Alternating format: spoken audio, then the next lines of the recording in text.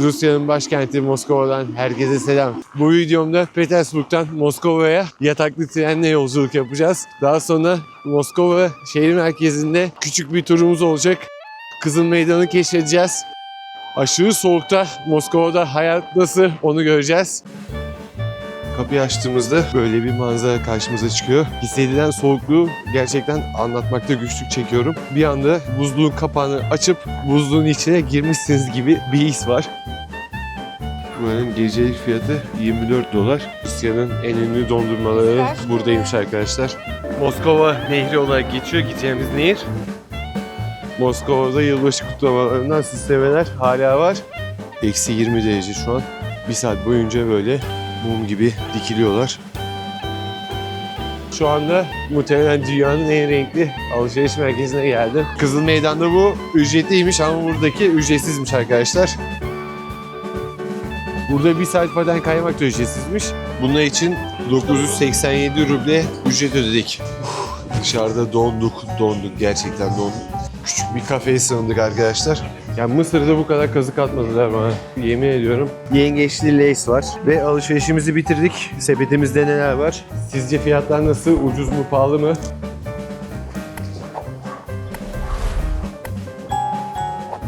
Merhaba arkadaşlar, Petersburg'a hoş geldiniz. Biz Moskova'ya gidiyoruz, görüşürüz.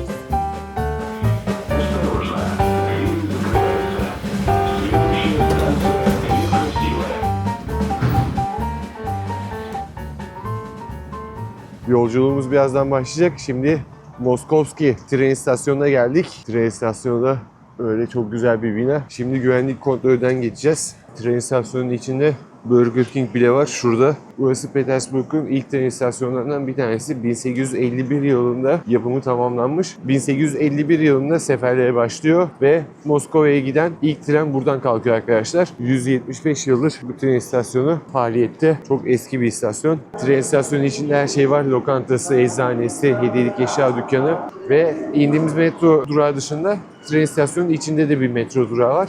Ulaşım da gayet kolay oluyor.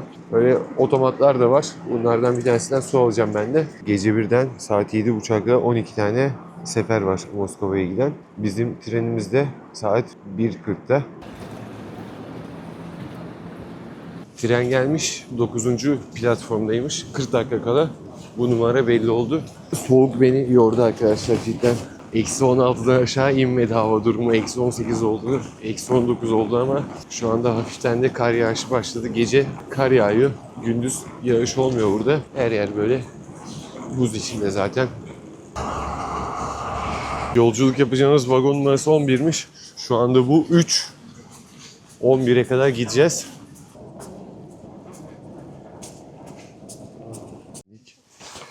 Trene bindik, paketi çarşaflar koymuşlar yatakların üstüne. Şimdi çarşaflarımızı seriyoruz. Yatağımızı kendimiz hazırlıyoruz. Yataksız bile satın alanlar da böyle oturuyor. Tabii onun da fiyatı daha düşük oluyor. Trenimiz hareket etmeye başladı. Tam da saatinde insanlar da burada yataklarını hazırlamayı bitirdi. İyi geceler. Yolculuğumuz başladı. Bu yolculuk 10 saat sürecek. 10 saat boyunca bu yataktayım. Bunun için kişi başı 1250 TL ücret ödedik. En rahat ve en ucuz yolculuklardan bir tanesi bu Moskova'ya gitmek için.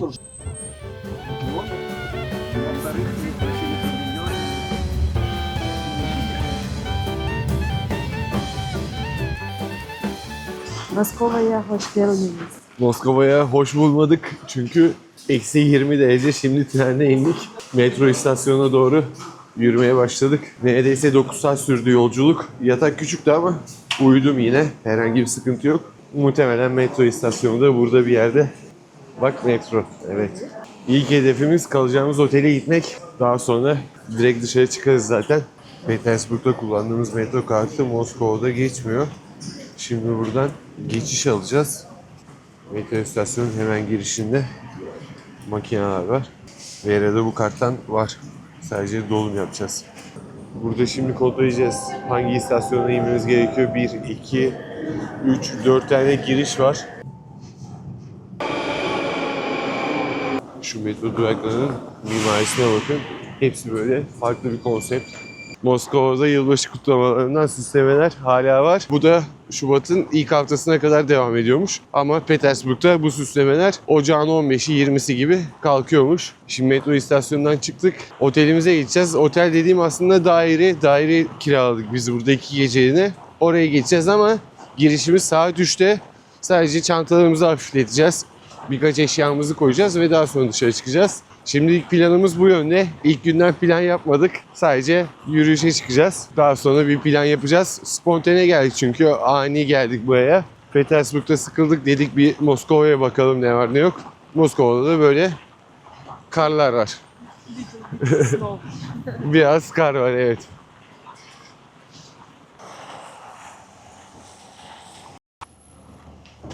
Buraya çok kar yağmış. Moskova'ya özellikle. Petersburg'da bu kadar kar yok. Otele eşyalarımızı bıraktık. Otelimiz de bu. Birazdan göstereceğim çünkü içeri giremedik. Sadece eşyaları bıraktık. Şimdi de yürüyüşe çıktık. İnsanlar burada parkı açmaya çalışıyor. Moskova'da hava eksi 20 derece olmasına rağmen hissedilen soğukluk daha düşük. Yani daha sıcak bir hava var. Bunun en büyük nedeni de rüzgarsız ve sürekli kar yağışının olması. Çok üşütmüyor. Petersburg'daydım 3 gün. Orada donmuştum ama burada çok üşümüyoruz.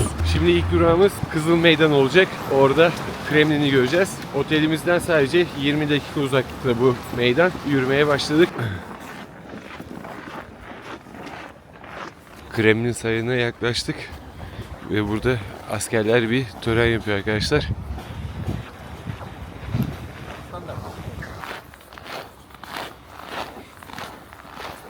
Karşıdaki kırmızı bina Kremlin Müzesi'ymiş. Tam onun karşısında böyle bir parka geldik. Parkın tamamı böyle yılbaşı süslemeleri. Burası muhtemelen Christmas marketti fakat çok şube yok, evet Christmas marketmiş. Tabii bence bu Christmas market akşamları çok daha güzel oluyor. Bakın ne güzel süslemeler yapmışlar. Bu Christmas marketlerde de var. En çok yiyecek var arkadaşlar. Sosisli var, mısır var. Bizim sosisli diye tabir ettiğimiz ekmek arası sosis sandviç. En popüleri o burada. Burada da börek çeşitleri var. Börek pide tarzı. Kahveler var. Ama tabii rakamlar yüksek arkadaşlar. 260 rubleymiş bir tane kahve. Yani normalde şu kahve 100 ruble falan. Americano küçük. Karşıda da yine birçok yiyecek içecek seçenekleri var. Kızıl Meydan'a doğru geçiyoruz. Burası çok büyük bir alan. Daha meydana ulaşmadık aslında ama Kremlin Müzesi burada. Sarayın devamı sağ taraftaydı. Burada da turistler fotoğraf çekiliyor. Bu da toplanmış kar. Etraftaki toplanan kar. Sürekli vinç çalışıyor burada. Karları temizliyor. Komplekse giriyoruz. Kızıl Meydanı'nın olduğu komplekse. Şimdi giriş yapacağız. Hemen burada yine bir Christmas market, yılbaşı için kurulan marketler. Hediyelik eşya dükkanları.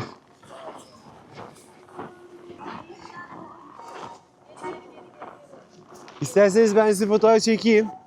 Çok iyi olur. Tamam, sorun yok, hemen çekeyim. Biraz uğraşıyorum. 5 günde ilk defa Türkçe konuşan birine denk geldim. Hemen çekeyim ben size. gerçekten. Fark ettim, sorun yok. Binayı komple alayım mı böyle? Tamam. Çok teşekkür ederiz. Çok güzel olmuş. Gerçekten çok teşekkür Tamam, ederiz. beğendiğinizde Kaç kişi sevindim. yapar? İyi tatiller, sağ olun. Sonunda Rusya'da Türkçe konuşan birine denk geldim. 4. gün oldu.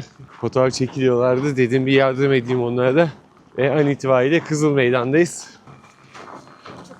Çok soğuk. Kremlin Katedrali'ne yaklaştık bayağı. Fotoğraflarda göründüğü kadar büyük değilmiş. Geçen hafta Mısır'daydım. Mısır piramitleri kadar ben büyük bir şey bekliyordum ama öyle bir şey değilmiş. Yavaş yavaş. Ne yapıyorsun? Yerlerde kaygan. Bakın burası da Luna Park.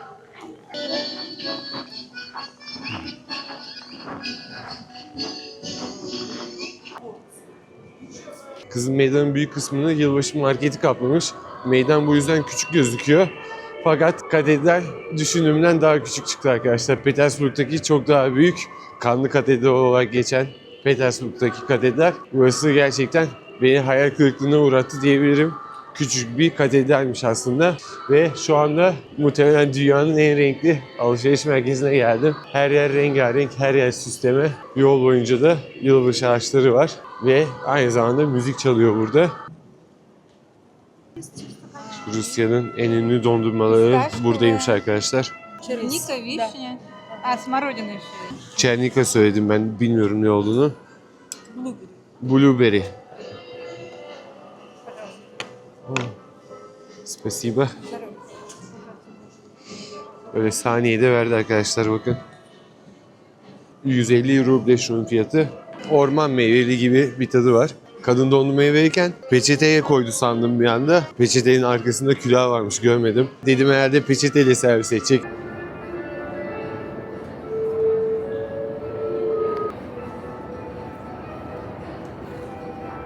Alışveriş merkezinden çıktık. Şimdi de nehir kenarında yürüyeceğiz biraz. Muhtemelen buradaki nehir de donmuştur. Moskova Nehri olarak geçiyor gideceğimiz nehir. Kızıl Meydan'dayız şu an. Kızıl Meydan'dan nehir kenarına doğru yürümeye başladık. Hala her yer cıvıl cıvıl burada. Her yer rengarenk. Yılbaşı etkisi hala devam ediyor. Şubat ayına geldik ama hala süslemeler olduğu gibi duruyor.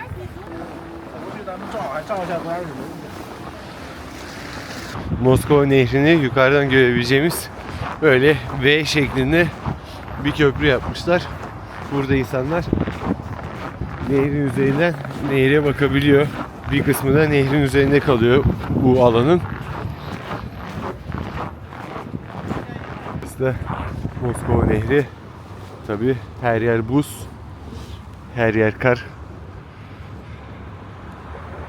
Karşıdan da Kremlin gözüküyor.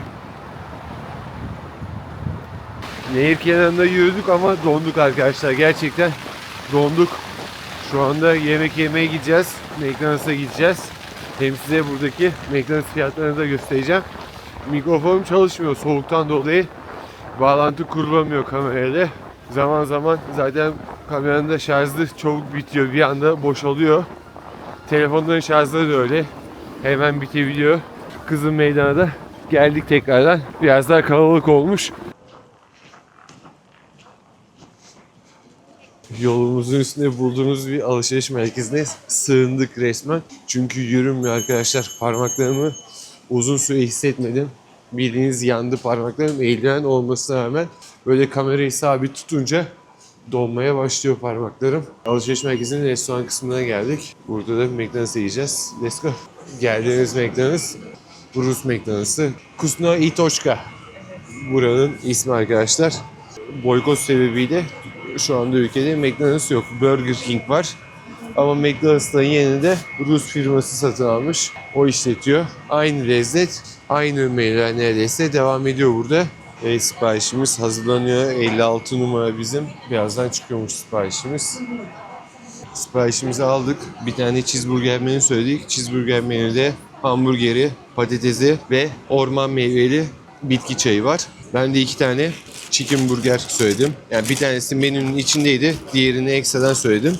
Bu menünün içindeki, bu da ekstra olan. Bunlar için 987 ruble ücret ödedik. Tabii benim menüde sıkma portakal suyu da var. 987 ruble şu anki güncel kurla 565 Türk lirası yapıyor. 2 menü ve bir tane ekstra burger için 565 Türk lirası ödeme yaptık Rusya'da. Veranda burgeri böyle dolu dolu. Geçen sene de bu aylarda neredeyse birebir aynı menüyü söylemiştik Vera ile.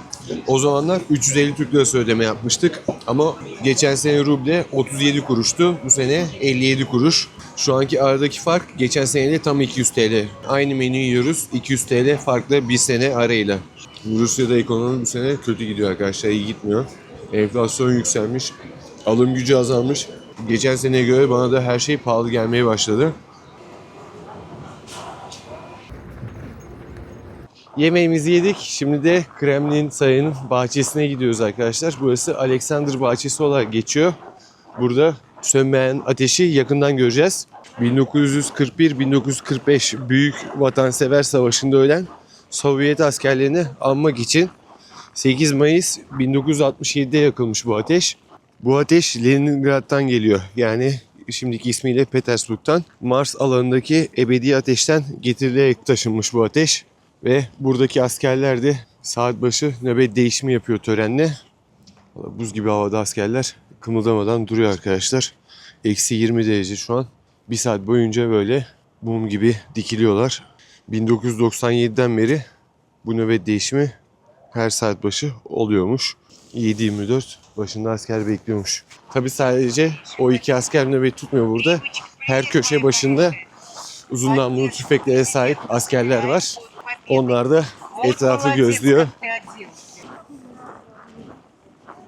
Ve biz de artık otele doğru yürümeye başladık. Biraz dinlendikten sonra tekrar dışarı çıkacağız. Hem kar var, hem güneş var, hem soğuk hava var. Burada kuryecilik böyle işliyor. Elektrikli bisikletler çalışıyor. Kar kış demeden çalışıyorlar. Motosiklet yok tabi, yollarda sıfır. Sadece kaldırımlarda bu elektrikli bisikletler gidiyor. Bakın karşıdaki binada ne kadar güzel. Tabi Petersburg'daki gibi göz alıcı binalar yok burada. Ama ona benzer mimariler burada da var. Şurada çatıyı da temizliyorlar. Çatıdan da karları atıyorlar. Yolumuzu da tiyatro binasının bahçesinden kullanacağız.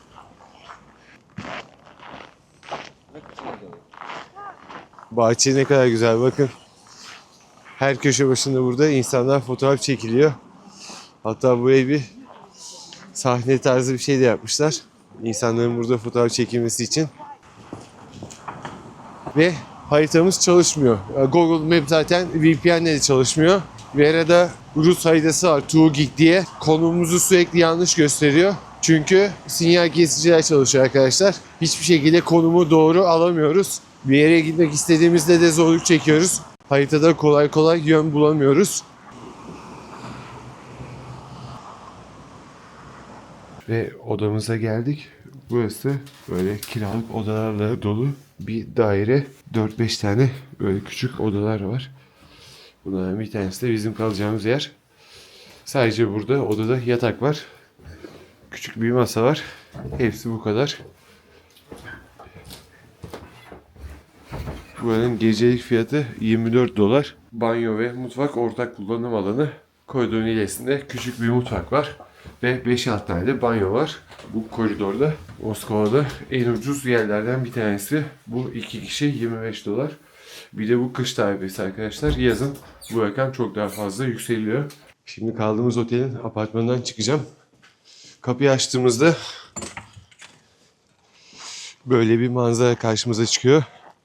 Hissedilen soğukluğu gerçekten anlatmakta güçlük çekiyorum.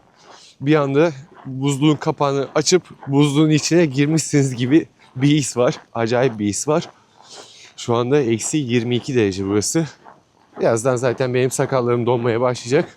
Bir 15 dakika yürüyeceğiz. Kızıl Meydan'da Christmas Market var. İlk ziyaret noktamız orası olacak. Oranın ışıklandırması falan akşamları çok güzel oluyormuş. Oraya bakacağız. Daha sonra bir akşam yemeği yiyeceğiz. Şimdilik planımız bu yönde. Bakalım bizi neler bekliyor. Nasılsın Vera? İyiyim. Nasıl gidiyor? Parti, evet. İçeride parti varmış. Yürüyünce ısınıyoruz biraz. Vücudumuz ısınıyor ama genel olarak ağzımız yüzümüz donmaya başlıyor. Kışın burası gelinecek bir yer değil. Kesinlikle tavsiye etmiyorum. Gelirseniz de 5 gün maksimum o da. Petersburg, Moskova yapıp dönün arkadaşlar. E-vize ile geldim buraya. Rusya'daki ilk videomda size bundan bahsettim. Artık e-vize almak çok daha kolay. Zor olmuyor. İnternet üzerinden e-vizeyi alıyorsunuz ve 3-4 gün içinde vize onaylanıyor. O vizenin çıktısını da yanınıza aldığınızda arkadaşlar gidiş dönüş biletiyle birlikte ve otel rezervasyonunuzun olduğu bir kağıtta gümrükten geçebiliyorsunuz. Herhangi bir sorun olmuyor. Gideceğimiz meydan Kızıl Meydan. Kızıl Meydan'ın Rusça ismi Krasnaya Ploshchad diye geçiyor. Krasnaya eski zamanlarda güzel demekmiş ama şu andaki anlamı Rusya'da kızıl olarak kullanılıyor. Bu bilgi de sizi şaşırtmasın bazı videolarda çünkü Krasnaya Krasiva'dan geldiği söyleniyor. Krasiva da güzel demek ama Krasnaya farklı bir kelime. Eskiden Krasnaya güzel demekmiş ama günümüzde Ruslar Krasnaya kızıl anlamında kullanılıyormuş. Kullanıyormuş daha doğrusu. Yani Google'dan çeviriye baktığınızda zaten kızıl olduğu da karşınıza çıkacak. Her sokakta aydınlatmalar da süslenmiş. Binaların çoğu süslenmiş. Birazdan daha da farklı renkler göreceğiz. Daha güzel süslemeler göreceğiz. Ülkemizde yeni yıl tatili genelde 1,5 gün sürüyor. Ama Rusya'da bu yılbaşı resmi tatili en az 9 gün sürüyor arkadaşlar. Bu yüzden yılbaşı kutlaması çok daha coşkulu oluyor. Bu market Four Seasons otelinin hemen yanında kalıyor. Lüks bir otelin yanındaki market. İnsanlar burada bol bol fotoğraf çekip çayını kahvesini içiyor.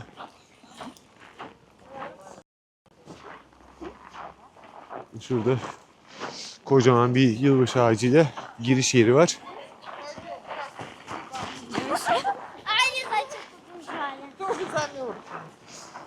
Şurada bir şekerci var arkadaşlar. Şöminesini yakmış. Şeker satıyor. Bir şeker 250 Rus rublesi. 100 rublesi şu anda 60 TL'ye çok yakın. Geçen sene bu rakam 36-37 TL'ydi. 2 katına yaklaştı geçen seneye göre rakamlar. Tabi her videomda söylüyorum. Neredeyse %20, %30'da enflasyonun verdiği etki var. Yani geçen sene örnek veriyorum aldığınız küçük su 20 ruble ise bu sene 30-35 ruble en basit örneği. Dediğim gibi burası küçük bir market. Öyle bir etrafından dönüyorsunuz o kadar. Tam da ana caddenin üzerinde kalıyor. İnsanlar aynı zamanda bu yolu Kızıl Meydan'a geçiş yolu olarak kullanılıyor. Burada da küçük bir market varmış. Buraya da bakalım. Bu 3. market olacak. Arkadaki büyük markete birazdan gideceğiz. Oysa aynı zamanda Luna Park gibi gündüz gelmiştik buraya ama gündüz burasını ziyaret etmemiştik. Özellikle çocuklar için gayet eğlenceli bir yer oluyor burası.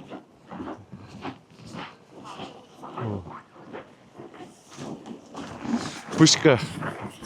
They have pışka, 5 pışka, 450. Pışka var buranın geleneksel lezzeti. Petersburg'da yemiştik. Ben her geldiğimde yiyorum mutlaka. Tanesi 25 rubleydi Petersburg'da. En iyi pışka. Burada 5 tanesi 450. Gerçekten çok yüksek rakamlar. Neredeyse 80-90 ruble bir adet pışka burada. Rüzgar başladı burada. Vera da önlemini aldı. Rüzgar direkt yüzünüze yapışınca kıpkırmızı oluyor yüzünüz. Ağzınız, burnunuz donuyor. Ve işin kötü tarafı da benim kameranın mikrofonla bağlantısı kesiliyor. İnternet düzgün çalışmıyor. İnternet zaten en büyük sıkıntılardan bir tanesi ülkede. Ülkenin tamamında bildiğimiz bütün sosyal medyalar yasak arkadaşlar. Instagram'ından tutun, işte Twitter'ından, Google'ından, Google'a bile giremiyorsunuz. YouTube yasak. VPN kullanabiliyorsunuz ama VPN'lerde ücretsizler kesintili oluyor ya da reklamlı oluyor. Çok verim alamıyorsunuz. Ücretli de olsa bazı VPN'ler Vera burada zaman zaman bağlantı sorunu yaşıyor. WhatsApp çalışmıyor. WhatsApp bile çalışmıyor. WhatsApp'ta ben VPN kullanıp ailemle iletişime geçiyorum ama onda da arama bile yapılmıyor arkadaşlar. O da büyük bir sıkıntı. Savaş burada etkisini zaman geçtikçe daha da fazla göstermeye başlıyor.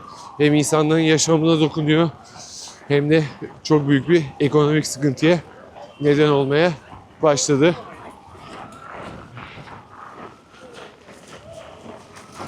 Ve an itibariyle Kızıl Meydan'a geldik. Sağ tarafımızda müze devam ediyor ve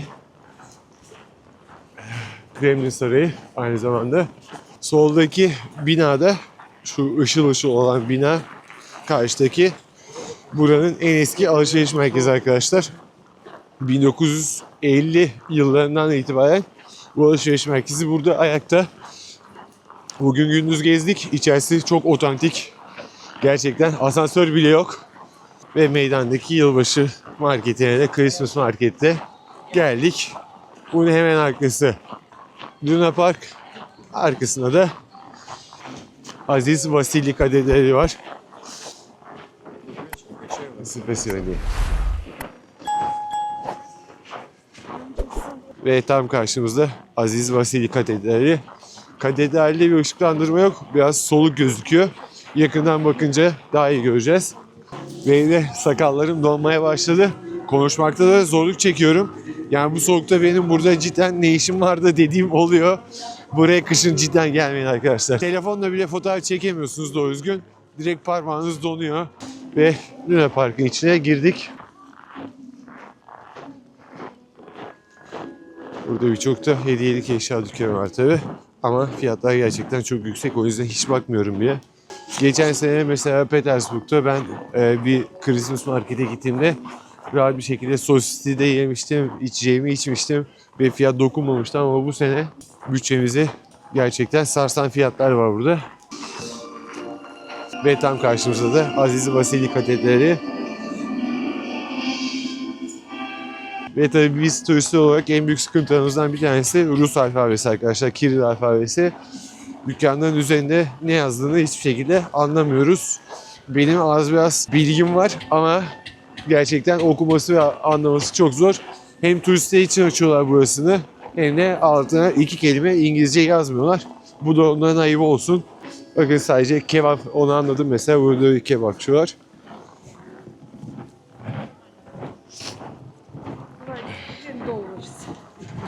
Bir kebap neredeyse 10 dolarmış, vere görmüş şimdi.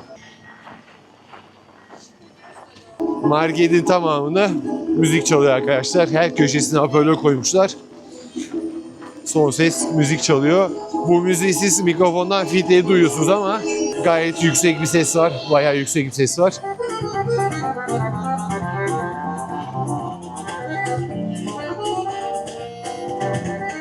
Yürüyüşümüz devam ediyor. Valla gündüz kadar üşümedim burada şu an. Sadece şu kamerayı tuttuğum elim, parmaklarım dolmaya başlıyor. Tabii içliksiz de gezilmiyor. Sadece bir pantolon yetmiyor altınıza. Kışın Rusya'ya geleceksiniz, mutlaka içliğinizi de yanınıza alın derim bir erkek olarak ve soğuk şehirde yaşayan birisi olarak bunu kesinlikle tavsiye ederim. Bizim Edirne'nin kuru ayazı var. Felaket soğuk oluyor. Hissedilen bazen -10, -15 oluyor kış aylarında. Ama orada eşlik giymiyorum. Fakat Rusya daha da soğuk. Yani Rusya'nın soğuğu başka. Biz de yavaş yavaş buradan çıkıyoruz. Buradan da bir başka sokağa geçeceğiz ve bir şeyler yiyeceğiz. Ve burada da müzik var. Moskova'da da bu çok yaygın. Böyle alt geçitlerde, metro girişlerinde insanlar müzik yapıp para kazanıyor. Ve Petersburg'da da yaygın. Petersburg'da kışa rağmen, yani bu soğuk havaya rağmen her köşe başında böyle sokak müziğini görmüştüm.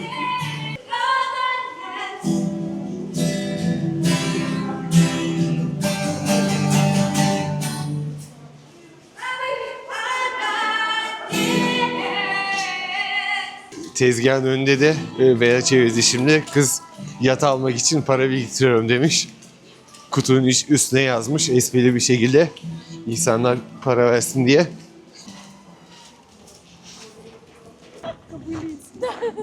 Движение по карусели не ходим, с карусели не сходим.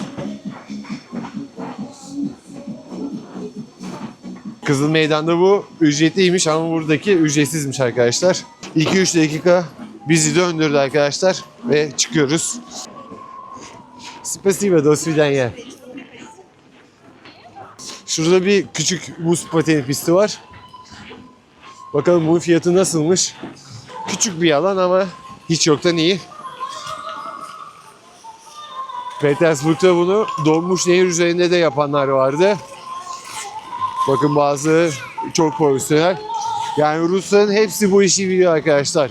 Yani Rusya'da bu gördüğünüz paten pistine kaymayı bilmeyenler bilin ki Rus vatandaşı değil. Küçük yaşta başlıyorlar çünkü böyle. Ve buradan dünya şampiyonları bile çıkabiliyor böyle pistlerden. Evet, kaymayı bilmeyen demiştim. Hemen solda bir zaten Çin vatandaşı var. Belli ediyor Rus olmadığını. Şimdi buradan çıkıyoruz ve yemek yemeye gidiyoruz artık. Karnımız da acıktı. Нам нужно заранее, да, регистрироваться? Да, даже если не будет билетов, все равно можете прийти к Burada bir saat paten kaymak da ücretsizmiş. Sadece önden 2000 ruble depozito parası istiyorlar. Bu da kullanacağınız patene herhangi bir zarar gelirse diye bunu garanti altına almak için yapıyorlar. Biz biraz üşüdük. Yemek yemeyeceğiz. Belki yarın buraya geliriz paten kaymaya. Dışarıda donduk. Gerçekten donduk. Küçük bir kafeye sığındık arkadaşlar. Çünkü gideceğimiz restorana haritadan bakmamız gerekiyor. Eldivensiz durulmuyor. Parmaklarımız dondu. Şu sığındığımız kafede şimdi haritaya bakıyor Vera. Tabii haritada düzgün çalışmadığı için biraz sıkıntı çekiyoruz. Konumuz sürekli farklı yerlerde çıkıyor. Yani yol tarifi almak mümkün olmuyor. O yüzden haritayı böyle dikkatli bakmamız gerekiyor. Böyle bir kafeye sığındık. Ben de bir kahve söyledim burada. Şehrin her sokağının ışıklandırması çok güzel arkadaşlar. Her yer böyle ışıl ışıl. Yerlisi yabancısı sürekli burada fotoğraf çekiyor. Biz de biraz ısındık çünkü gerçekten ihtiyaç var böyle kapalı alanda durmaya. Uzun süre dışarıda kalınca hiçbir şey yapasınız gelmiyor. Her yeriniz donuyor. Özellikle parmaklar çabuk donuyor. Şimdi restorana doğru yola çıktık. Akşam yemeğimizi yiyeceğiz ve geceyi bitireceğiz artık. Soğuk. Bir anda sıcaktan soğuğa çıkınca üşüme geldi.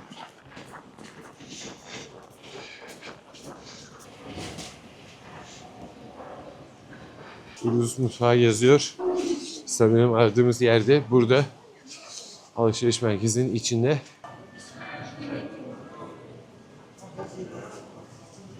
Pizzacı bulduk. Pizzalar bayat arkadaşlar. Sabahtan beri orada duruyor. Çorbacı bulduk. Çorbanın tanesi 250 TL. Şimdi bir Çin restoranına bakıyoruz. Artık burger'e kaldık. Burger'e bakacağız, Burger King'e. Ama Vera da onu istemiyor. Gündüzde McDonald's yemiştik. Valla kocaman alışveriş merkezinde aç kaldık arkadaşlar. Samimiyetimle söylüyorum. Yiyecek bir şey bulamadık. Yani 250 TL'de bir çorbaya vermek istemiyoruz. Vera çorba aldı. Ben de Burger King alacağım arkadaşlar. Vera Raman adında bir çorba söyledi. 540 ruble. 300 Türk lirasına yakın bu çorba. İçinde pelmeni de varmış. Ve noodle, soğan, yeşillik mevcut içinde. Ben de Burger King söyledim. Bunun içinde 350 ruble ödeme yaptım Burger King'e. Şu anki güncel kurla 350 ruble ne kadar yapıyor bakalım. 198 Türk lirası. Sonunda karnımızı doyurduk ve artık otele gideceğiz. Otelimizin üstünde bir markete uğrayacağız. Şuradan bir çıktıktan sonra cidden yemek bulmak kolay olmadı. Daha doğrusu biz seçemedik. Alışveriş merkezi de kapanmak üzere. Saat 10'da kapanıyor. Şu anda saat 9:55. Alışveriş merkezinde tuvalete geldik ama tuvalet 100 ruble arkadaşlar. 57 Türk lirası. Yani Mısır'da bu kadar kazık atmadılar bana. Yemin ediyorum Mısır'da bu kadar kazıklanmadım yani. Bazı insanlar da yiyeceğini alıp şurada marketin karşısında da yiyebiliyormuş. Marketin içinde de bir yemek bölümü var. Market fiyatlarına çok ayrıntıya girmeyeceğim. Kanalımda Rusya market fiyatları videosu var. Oradan bakabilirsiniz. Burada sadece aldıklarımın fiyatını göstereceğim size. Suyumuzu aldık. Atıştırmalık bir şeyler alacağız. Belki yarın sabah yemek için de bir şeyler bakabiliriz burada. Alkol reyonuna geldik. Burada bakalım dondurmalı bira varmış arkadaşlar. Beyaz çikolatalı. Çok enteresan. %7 alkol varmış içinde arkadaşlar. Alkolü de yüksek. Bira çeşitleri bira sevenler için sıkıntılı bu ülkede. Çünkü yüzlerce çeşit bira var. Yani şurada bile hiç abartmıyorum. Yüzü geçik çeşit var. Sadece bu görünen kısım bile raflarda oluyor. Bu marketin rafında yok ama diğer marketlerde uzun raflar oluyor. 400 rubleye viski kola da var burada. Pina colada hazır kokteyl. %5,5 alkol oranı. Fazla yüksek alkollü değil. Ama şu 56 Türk lirası. Bu arada Petersburg'da alkol satışı saat 10'a kadar ama Moskova'da bu 11'e kadar. Bu da aklınızda olsun. Yani Petersburg'da ondan sonra hiçbir yerde alkol alamıyorsunuz. Ama Moskova'da bu saat 11 olarak belirlenmiş. Şöyle Rus üretimi Alman birası aldım. Fransız Kaner. Ama bu Rus fabrikalarında üretiliyor. İthal değil. İthal biralar yüksek fiyatlı oluyor. Bakın burada değişik biralar var. Bunlar da fiyatları yüksek yani. Aldığım biranın 3 katı. Yükseğinde %8,5 alkol. I found What is it? tomato but spicy. Bu domatesli biraymış ama baharatlı. Mesela bu. Yine dondurmalı var. Böyle şeftali var. Kutusu da çok güzel.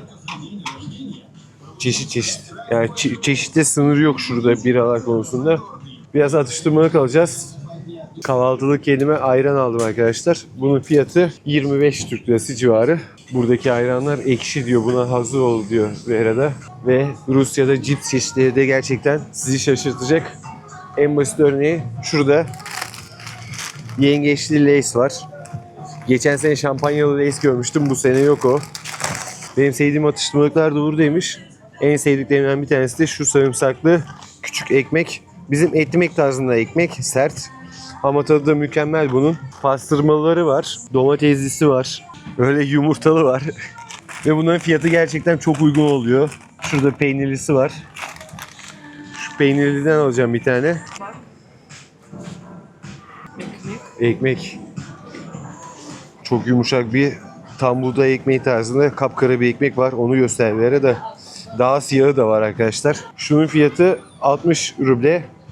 Ortalama şöyle söyleyeyim 35 Türk Lirası civarı diyebilirim. Yani şöyle bir markette ekmek çeşitleri de onlarca, böyle komple tamam burası ekmek arkadaşlar. Altlı üstlü. Şu ülkenin en sevdiğim özelliklerinden bir tanesi. Her şeyin çok çeşidi var. Yani çeşitlilik konusunda her yerde böyle. Küçücük markette bile yüzlerce çeşit ürün bulabiliyorsunuz. Kahvaltılık şimdi bakacağım. Yarın sabah öyle atıştırmalık kalktığımda. Çevresini tabii benim eşim yapacak bunların. Vera sosisli ve peynirli. Sadece peynirliymiş bunlar. And this Beef, chicken, börek with meat. kıymalı börek, kıymalı poğaça ve peynirli poğaça. Ve alışverişimizi bitirdik. Sepetimizde neler var? Bir tane bira var. Ayran var. Küçük bir atıştırmalık var. Cider var. Şarap bira karışımı. Vera aldı bunu. Böğürtlenli. 2 tane böyle bir börek var. Bir tane ıspanaklı. Bir tane de patatesli börek var. 2 tane çikolata var. Bizim Kinder tarzında çikolatalar. Bir tane böyle bir kokteyl var. %8 alkollü pina colada var. 1,5 litre suyumuz var. Kefir var. Bir tane de böyle çikolata var. Üzümlü. %100 doğalmış. Bakalım kasada bunlar için ne kadar ücret ödeyeceğiz. Vera bir şey daha aldı. Bu alkolsüzmüş bu arada arkadaşlar. Ben yanlış görmüşüm. Alkolsüz bir içecek. Ödemeye gidiyoruz. Ve ödemeyi yaptık. Bunların tamamı tam 1000 ruble tuttu. Türk lirası karşılığı da 567 Türk lirası. Dolarda 13 dolar tuttu. O sepetin tamamı. Sizce fiyatlar nasıl? Ucuz mu, pahalı mı?